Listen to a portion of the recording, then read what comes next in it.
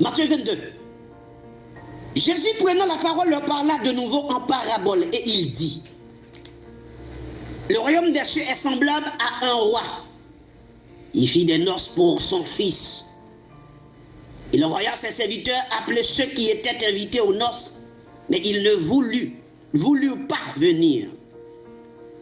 Ils envoya encore d'autres serviteurs en disant: dites aux conviés, voici j'ai préparé mon festin, mes bœufs et mes bêtes grasses sont tuées, tout est prêt, venez au festin. Mais sans ce qui était de l'invitation, ils s'en allaient.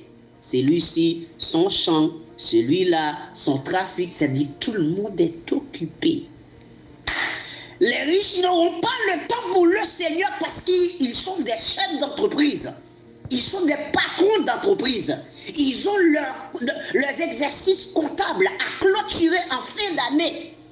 Ils ont la rentabilité de l'entreprise à prendre en compte afin de pouvoir tirer le bénéfice de l'année. Ils n'ont pas le temps pour évangéliser, d'aller de maison en maison, de porte en porte. Ils n'ont pas de temps pour cela. Les riches n'ont pas de temps pour ça. Les riches ont le temps pour voyager, découvrir des lieux historiques, aller à Dubaï, aller à New York, à Paris, tout Eiffel, regardez tout Eiffel. Juste à côté de moi, je n'ai jamais mis mes pieds là-bas. Là, c'est-à-dire, l'homme de Dieu n'a pas le temps pour ces conneries. Le temps de l'homme de Dieu, c'est ses genoux, c'est la parole. Comme dit les apôtres, choisissons cette gens afin qu'ils s'occupent de cette charge de servir à table. Et nous, les apôtres, nous allons nous occuper du ministère de la parole et de la prière. Voilà le rôle d'un homme de Dieu. Il ne touche pas à l'argent. Et c'est le ministère de la parole et de la prière. C'est ses genoux, il court que ça. Parce que le Seigneur doit le parler, et à chaque instant, parce qu'il doit recevoir des révélations, des nouvelles révélations à chaque fois. Parce qu'il y a, quand vous recevez la révélation, Dieu vous donne les textes pour enseigner, présenter cette révélation, et à un certain temps, vous allez arriver à un stade où Dieu va raffiner cet enseignement, c'est-à-dire va rendre cet enseignement plus clair, plus soin. Ok? Donc ça dit, l'homme de Dieu doit choisir. Mais quand tu es riche là, quand tu as beaucoup d'argent, tu n'as pas de temps pour Dieu. Et ce n'est pas ta faute. Tu vas avoir le temps. Où? Mais pour ça, ils te font des gardes du corps. Regardez tous les pasteurs millionnaires. Lequel de ces pasteurs qui n'ont pas de garde du corps? Oh, il y avait même un faux pasteur qui disait Jésus-Christ avait des gardes du corps. Donc les apôtres étaient des gardes du corps autour de lui. Parce que Pierre avait une épée. Il n'avait même pas honte de dire ça. Et lequel, vous savez quel pasteur qui a dit ça?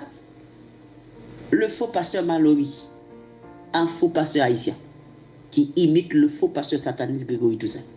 C'est lui qui avait dit cela. Tous ces pasteurs ont des gars du corps. Maintenant, vous pensez que Grégory Toussaint peut marcher dans la rue n'importe comment maintenant? Il doit avoir ses gars du corps. Et c'est normal. Moi, je ne le considère pas comme pasteur, parce que pas un pasteur, il n'a rien à voir avec Dieu. C'est un sataniste, il évolue dans son monde démoniaque, tout simplement. Mais ça n'a rien à voir avec Dieu.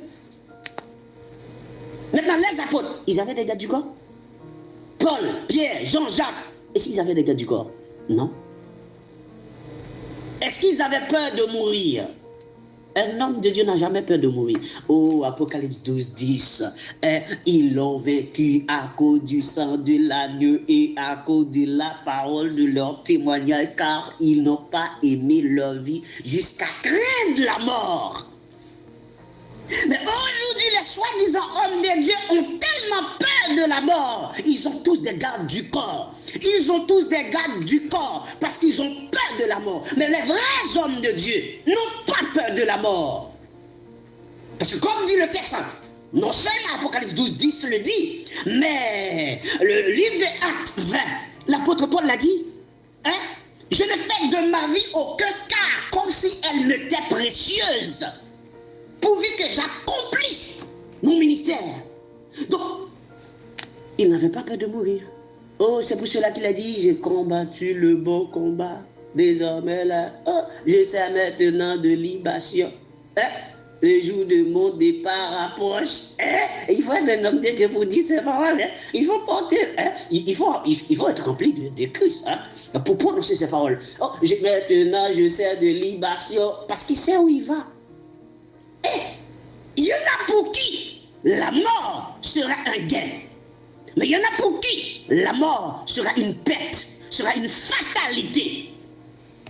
Pour que la mort soit un gain pour vous, vous devez aimer l'avènement de Jésus-Christ.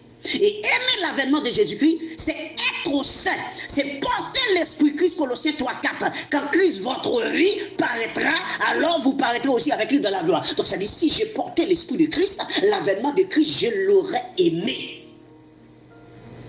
Et je n'aurais aucune crainte, aucune peur.